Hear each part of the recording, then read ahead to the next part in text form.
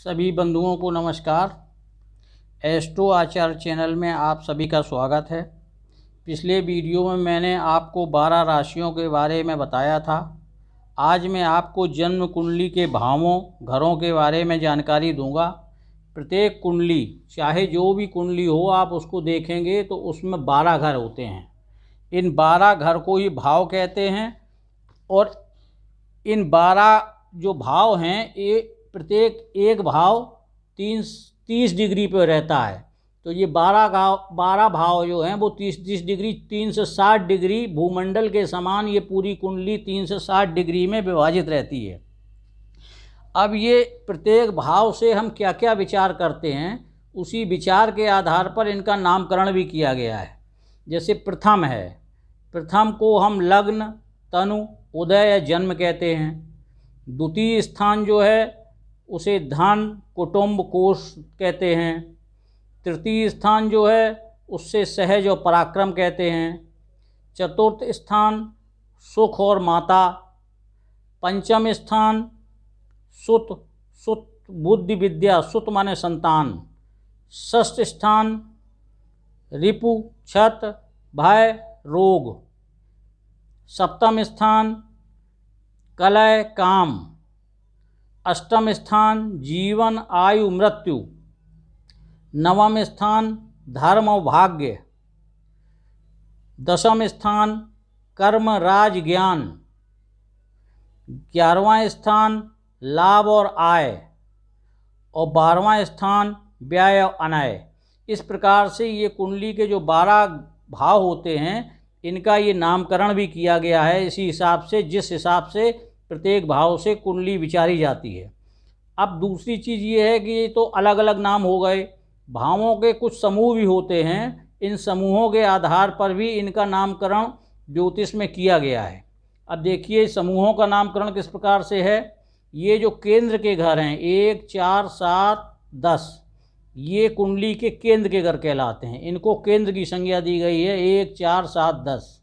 त्रिकोण 1, 5, 9, 1, 5, 9। त्रिक 6, 8, 12, 6, 8 और 12। पणफर 2, 5, 8, 11, 2, 5, 8 और 11। उपोक्लिम 3, 6, 9, 12, 3, 6, 9, 12। उपचय 3, 6, 10, 3, 6, 10।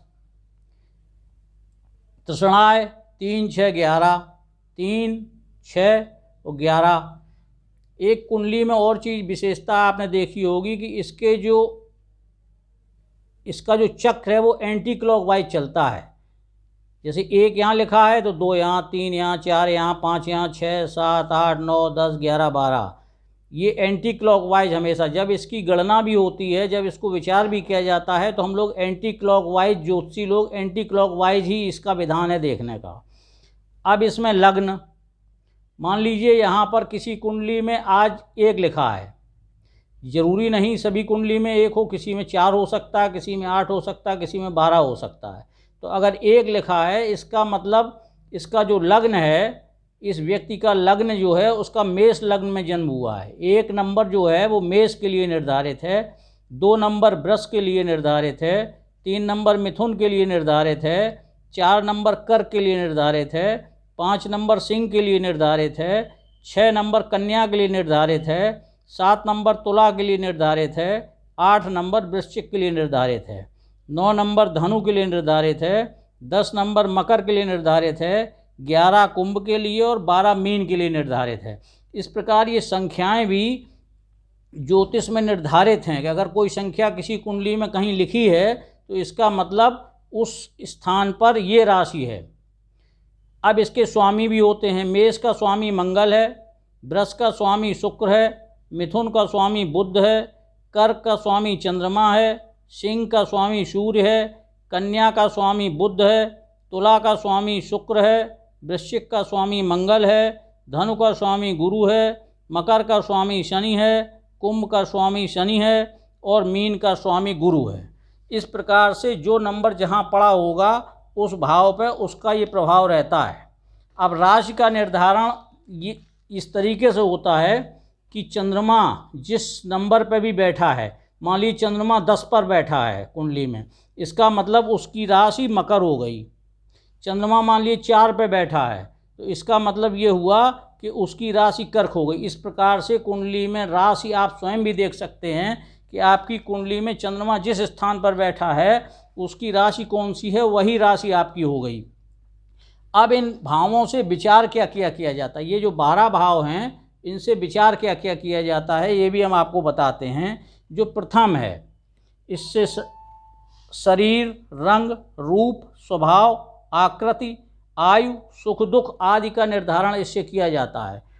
द्वितीय भाव से धन, कोष, कुल, मित्र, आँख, कान, नाक, संचित धन, क्रय विक्रय, वाणी आदि का विचार द्वितीय से किया जाता है। तृतीय पराक्रम, छोटे भाई बहन, शौर्य, धैर्य, फेफड़े, श्वास आदि का विचार तीसरे भाव से किया जाता है। चतुर्थ भाव से माता का सुख, घर, पशु, वाहन, संपत्ति, जमीन, पेट के रोग का आदि का विचार चतुर्थ भाव से किया जाता है। पंचम भाव संतान का है, इससे विद्या, बुद्धि, संतान, उन्नति, मित्रता, सट्टा, लॉटरी या नौकरी आदि का भी इससे विचार किया जाता है। षष्ठ शत्रु, रोग, मामा, भय, मुकदमे, कर्जा और गुदा स्थान का इससे विचार किया जाता है। सप्तम जाया स्थान है, स्त्री सुख, जीविका, भोग विलास, जननेंद्रिय रोग, व्यापार, विवाह, स्त्री चरित्र, द्विविवाह आदि का निर्धारण या विचार सप्तम भाव से किया जाता है। अष्टम भाव से आयु, जीवन, मरण, पूर्व जन्म, अकाल मृत्यु, योनि गुर्दा रोग आदि का विचार इससे किया जाता है। नवम से धर्म, भाग्य, शील, तीर्थयात्रा, गुरु, दान पुण्य आदि का निर्धारण नवम भाव से किया जाता है। दसम भाव से नौकरी, राज्य, मान, पिता का सुख, व्यापार, भोग और नेतृत्व दसम भाव से कर्म स्थान है, इससे हम इस चीज़ का निर्धारण हम लोग करते हैं। 11वां स्थान आय, वैभव, संपन्नता, संपत्ति, बड़े भाई बहन, गुप्त धन और विदेश यात्रा, ये एकादश भाव जो है इससे इसका विचार किया जाता है। द्वादश भाव से व्यय का माध्यम, अर्थ हानि, नेत्र रोग, दंड और सैया सुख आदि का जो विचार है वो द्वादश भाव से किया जाता है। इस प्रकार आज मैंने आज के वीडियो में मैंने आपको कुंडली के भाव, घर, उनकी संख्या क्या है, कितने डिग्री का होता है, उनका नाम क्या है, भावों के समूह का नामकरण क्या है, लग्न का स्वामी कौन होता है, ये मैंने आपको बताया। किस भाव से क्या क्या विचार किया जाता है या मैंने आपको बताया। आशा है आपको आज की जानकारी रुचिकर और अच्छी लगी होगी। आपसे निवेदन है कि इस वीडियो को सब्सक्राइब करें, लाइक करें, शेयर करें। धन्यवाद।